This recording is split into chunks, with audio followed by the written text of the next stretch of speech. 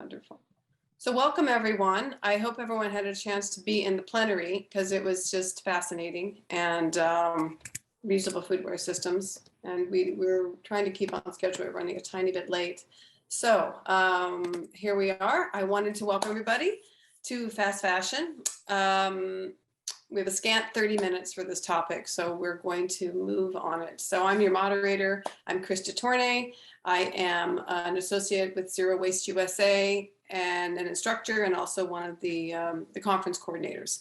I'm based here in Berkeley, which is Ohlone land, and I'm honored to be doing this work here. I'm a zero waste consultant, an advocate, and the chair of the Zero Waste Commission for the city. So we're hoping to have Q&A time. So please enter your question in the chat. We're using just the chat function, no Q&A, separate function. So if you could put a Q&A and maybe who you're addressing it to, it helps us to sift through the comments and the crosstalk, which are all really valuable, but sifting through the questions can be a little bit difficult. So we have Rebecca Williams and Nicole Kinney to discuss how to address overconsumption by expanding sustainable choices in materials, systems, and behavior change. And I'm going to introduce you both now, and then Rebecca will kick us off. So Rebecca Williams currently works as the Sustainability Assistant Manager for SBM at the Microsoft Puget Sound site. She is excited about waste reduction and has a particular passion for textile waste. As a graduate student, she completed her research in the psychology of waste and fast fashion and is looking forward to sharing some of that work with you today. And Nicole Kinney is currently the sustainability manager for a textile technology brand called Life Labs Design. She's previously worked as a circular materials consultant and has over 12 years of materials and product development experience in the outdoor industry. So with that said, Rebecca, do you want to go ahead and share your screen? And welcome. Thank you.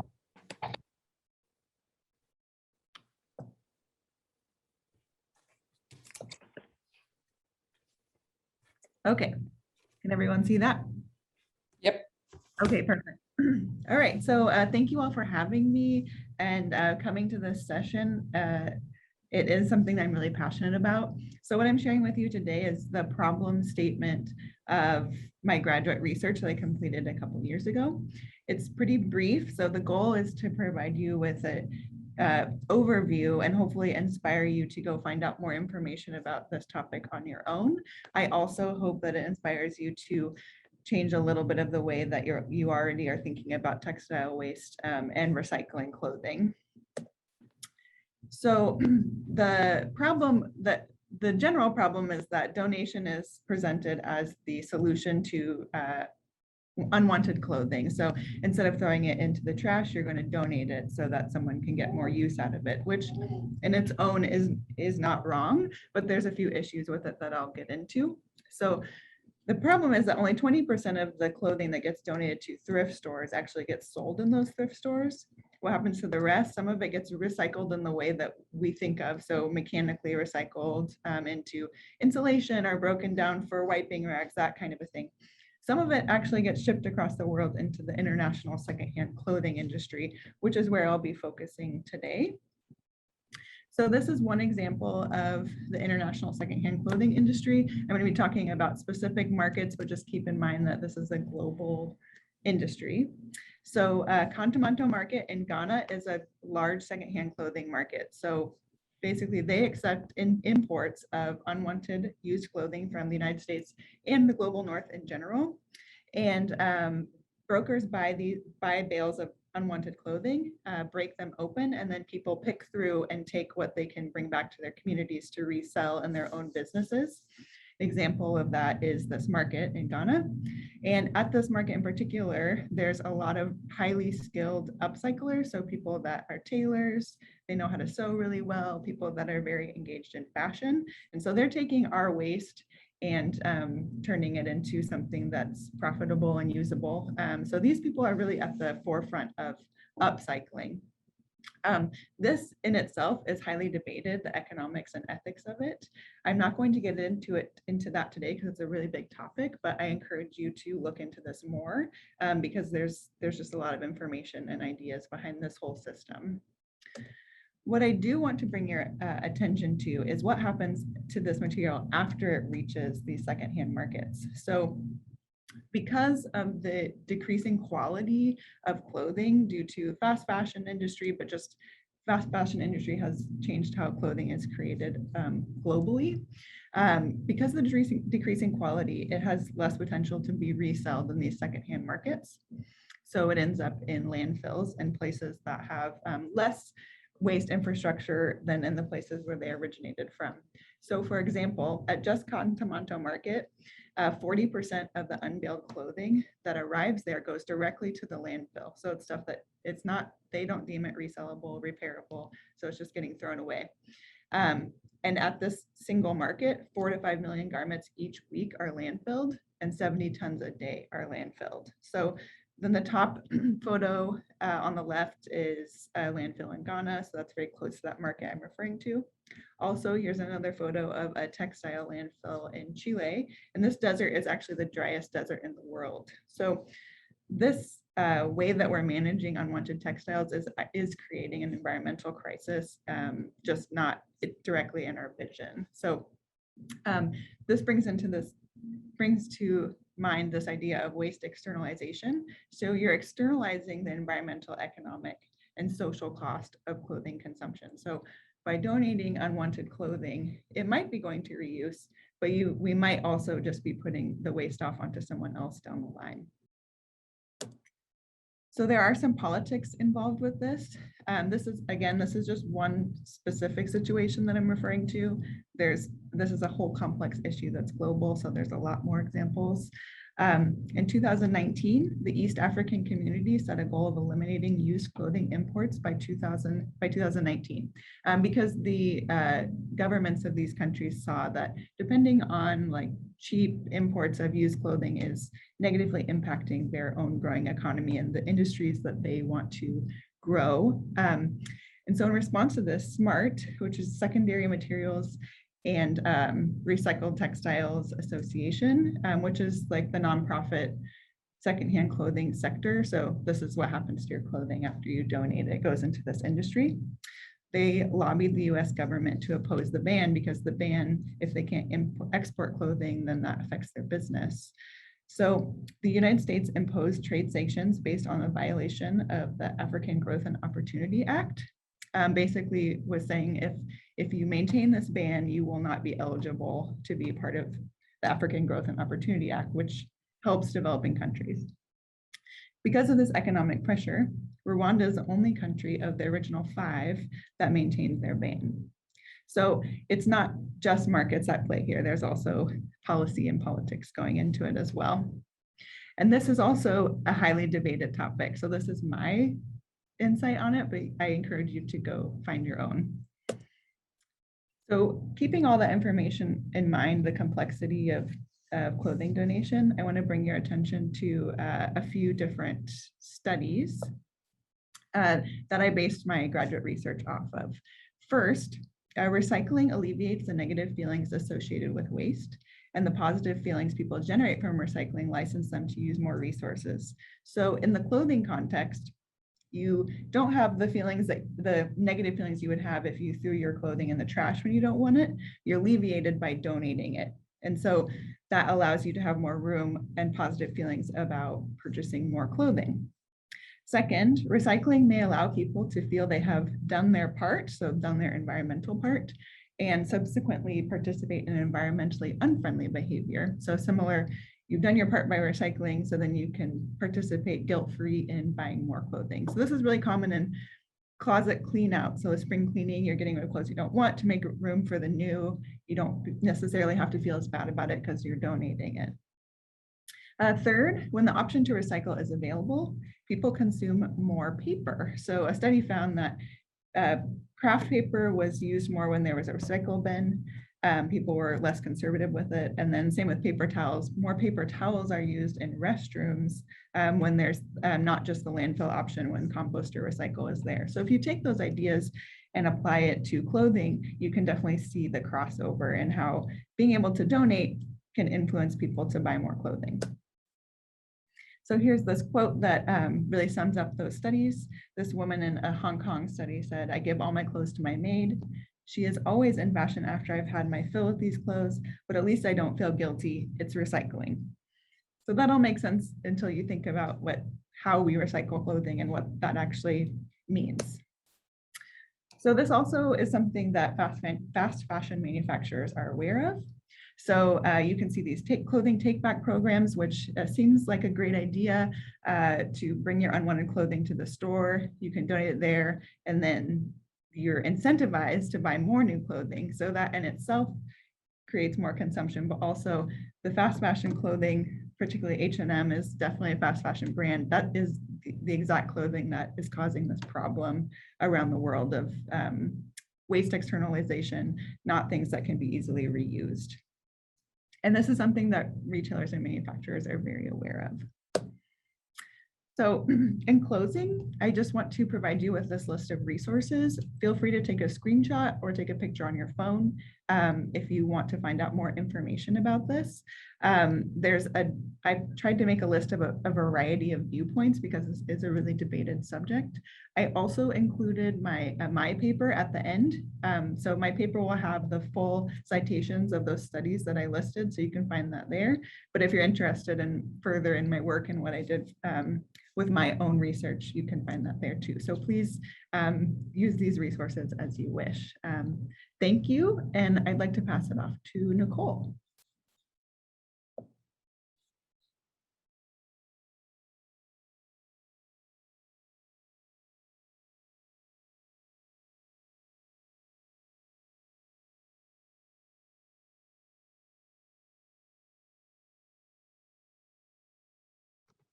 All right. Thank you for that, Rebecca. Can everyone see my screen? Cool. Okay, my name is Nicole Kenny. Rebecca talked a little bit about what the problem is. I'm gonna expand on that and talk more about some of the solutions for reuse and recycling that are currently happening in the textile and apparel industry. So some of the challenges to textile recycling, we've got a few problems to solve. We don't necessarily have the collection or infrastructure to manage the amount of waste that's coming through in textiles and apparel these days. So there's work being done on that I'm going to talk about. 2, sorting and pre-processing. When you think about something like a bottle, you've got 2 items. You've got the bottle itself, the body of the bottle, and then the cap, which may or may not be the same.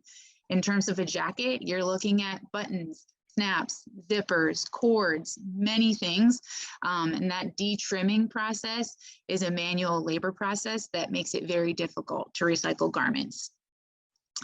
Number 3 is single fiber versus blended fibers. So I'll talk a little bit about how that impedes recycling in textiles. And then the lack of information or consistent labeling. The first thing you do when you get a scratchy tag is cut that label off. And that removes so much information that could be used to inform better end of life options for the garments. And then lack of policy is another concern in textile recycling that has a lot of really big players trying to figure out how to proceed with best policy. So traditional recycling, today, this is where we've been. When you think about it, it's actually downcycling more so than recycling in an upcycling manner. So the waste we've got, which is the unsold donations and spent or soiled textiles, end up going one of 2 ways. Either this top chain where we're cutting fabrics into smaller rags that end up in the cleaning industry and other industrial uses, or chopping up the fabric even further into what's called shoddy, which is then used for furniture insulation, building insulation, punching bags, things like that. Both of these are not closed loop options. So they're not truly, circular end of life solutions. Mechanical recycling today is where we are and where we're seeing the industry go. So for example, if you think about a cotton t-shirt or 100% cotton denim, cotton is a fiber that's more easily recycled than others because it's a pure 100% fiber. content. So that's actually a mechanical process where you're chopping up the fabric, combing it, and spinning it into new yarns.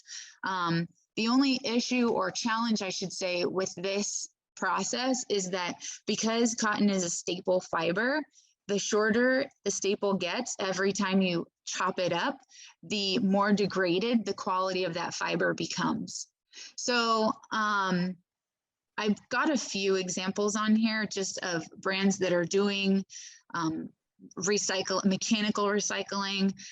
Rothy's is one that focuses more on recycling plastic water bottles into yarns that can be used for shoes.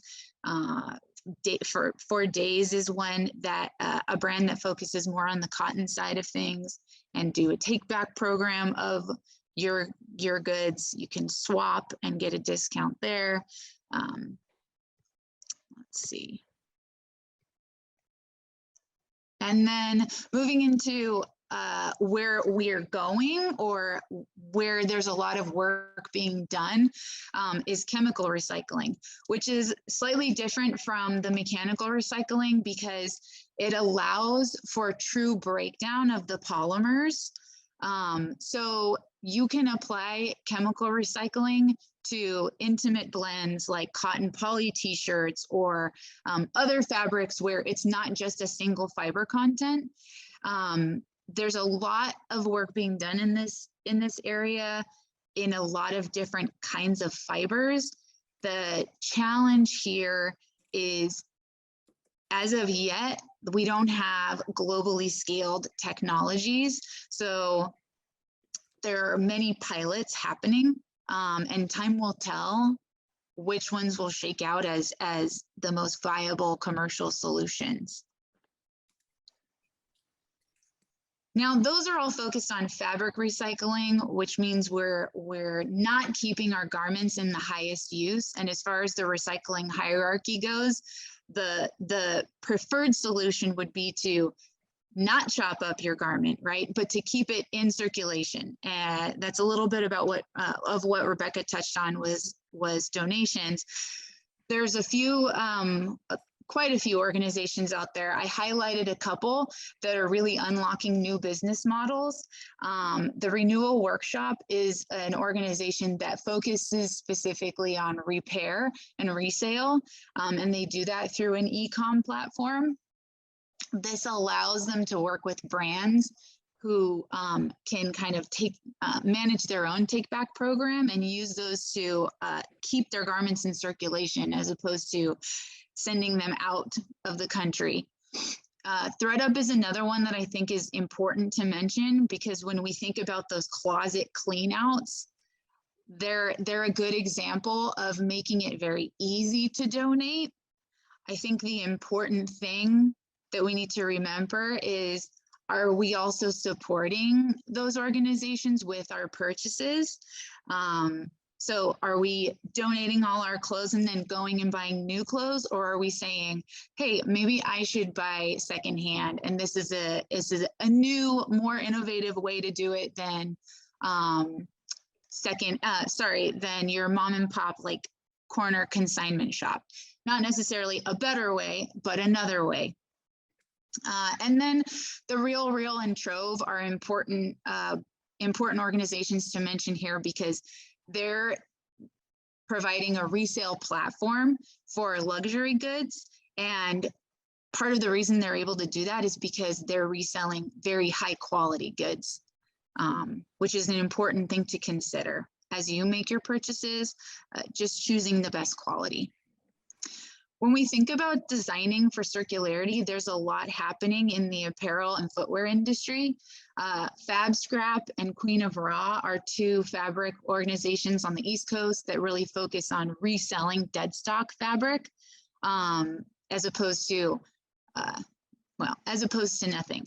Sorry, I'm going to keep going. Adidas is a brand that I want to mention, because they're doing something really great with their Future Craft loop program. They're taking one material TPU, which is thermoplastic polyurethane, and they're using that material to create many different components of a shoe, which is normally very hard to recycle. So that at the end of the day, you can take that shoe and melt it down and use that for the next shoe. And then Eon is a really good example of a digital platform, and just like providing a way to show,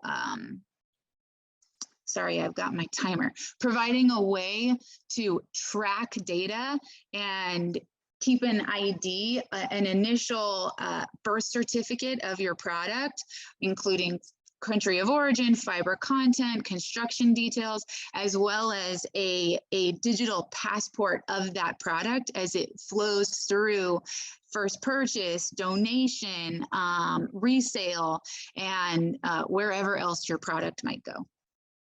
So as far as solutions go, when we think about textile and apparel waste, it's really about shifting your behavior.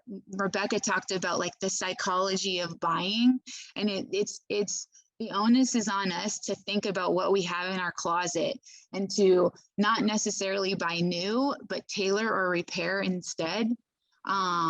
If we're buying used, circular options, we're continuing to, you know, waste as a resource, right? One person's trash is another person's treasure. And then thinking about if we are buying new, that we're buying quality, durable products that are going to last for a long time. And maybe you're able to find that product from a purpose-led brand who's doing good in the world. And then, of course, no single-use purchases. Just like we don't want single-use plastic packaging, we also don't want a single-use garment purchase. So make your own Halloween costumes. And that's it for me.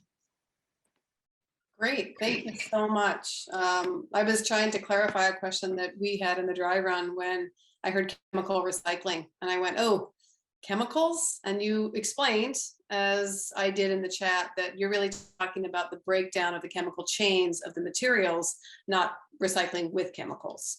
So, let's see, I wanted to make sure, go back in the, did I cover that right, Nicole? Yeah, there are actually chemical recycling technologies out there that, you know, are hydrolysis methods, so using water. So it's, yeah, it's not chemical recycling, like adding chemicals. It's more thinking about polymer structures of the fiber chemistry. So breaking it down chemically versus taking a plastic bottle, chopping it up, which is more of a mechanical process for recycled polyester, for example. Okay, thank you. There's a question here I put in. Rebecca, so how much do they know how much textile waste contributes to microplastics in land and water? Well, yeah, I saw that question in the chat, and I will put my 2 cents, but I think Nicole is a materials expert, so could answer that really well. But so polyester is plastic. Like we use, if you have synthetics in your clothing, for the most part, it's plastic. So even if you wear an article of clothing till its end of life, till it's totally fallen apart, it's still contributing to microplastics in the environment. So yes, if we're shipping clothes across the world and it's breaking down in unlined landfills, that will create more of a microplastic in the water situation. But even just in your laundry machine, you're contributing to microplastics in the ocean with polyester or any synthetic clothing. That's not to say that natural fiber is always best. So that's its whole issue, but it's important to know that synthetic clothing is plastic. So even if you're not wasting it, still contributing. Yeah, and I think it's fair to say that all fabrics shed release fibers, whether you're walking and you're releasing fibers from your swinging arms under your armpits, Definitely not saying that they're okay. Polyester fiber shedding getting into our waterways is absolutely horrible. There are things we can do to prevent that, whether it's cold washing, using less agitation or shorter wash cycles. I actually have a Filtrol on my washing machine, which is like the lint catch of your dryer. It's that version for your washing machine. And the other thing I'd say, you mentioned natural fibers. Like obviously, if fibers of cotton end up in the waterway, they are biodegradable and they are natural fibers. But that's also, we're not considering the effects of finishing, dyeing, which may not be synthetic treatments as well. So yeah, to your point, even if it is cotton, if it's dyed with synthetic indigo, is that breaking down naturally in the environment? It's a unpleasant evil of fabric. Right. And someone just put in the chat, which is what I've been hearing about, is that you have to be very careful for even your dryer lint, any of the lint that's happening, that it should not go outside. It should be put in the waste can. It shouldn't go down the toilet. Same issue. It really has to be buried, that means we have to work pretty far upstream to as zero waste advocates and professionals, that we have to work upstream so that we're not having to bury anything at all. Do you have, Nicole and Rebecca, you can both weigh in, we only have a few minutes left, but do you have a good framing for people that are trying to explain this issue to their friends and family around clothing, since clothing is so personal? And a lot of people, I know with the generation we're in now, that they're really enjoying vintage clothing, which I laugh, because for them vintage means like 90s, and I'm like, seriously? Vintage is 40s. But just shows my age. Do you have ways that you can frame this for people on something that is as personal as how they self-express? Well, I will say that Nicole's like hierarchy that she shared at the end of her presentation is a good place to start. Like don't buy it, but buy it used. And then you want to try to buy quality as the third step. Is a good place to start if you're just starting from scratch. It seems like people are pretty caught on to the trying to not use the single-use water bottles now. Like it's more of a mainstream thing. So kind of taking that idea and applying it to clothes can be helpful. Yeah, and I would say, like, when I think about my friends and family and the ways that I include them, I mean, like the Halloween costumes is a good one. I get my kids and their friends involved in like, how can we make our costume with what we already have as opposed to go buy one? Like my mom and I do this monthly thing where we go have lunch and we peruse the consignment shop. I mean, some people need to buy clothes more often, and they're like quick to do that, Amazon purchase because it's a great deal. And I talk to them about like, how many times are you going to wear that? I hear a lot of people complain about the quality of their clothes sometimes, and then I really engage them. What about that quality do you not like? Did it rip? Is it pilling? Does it still fit after you washed it once? And just like get them thinking about it, and then introduce, oh, that's where, I like to shop local, and this is my favorite place that I go for such and such, whichever product it is, and connecting with them that way. Well, thank you both. I wish we had more time for questions, because I love this topic as someone who was a vintage shopper since I was 16 and learned to sew when I was 8 and repair things. And now I like finer things since I'm a little older, and my values are more aligned.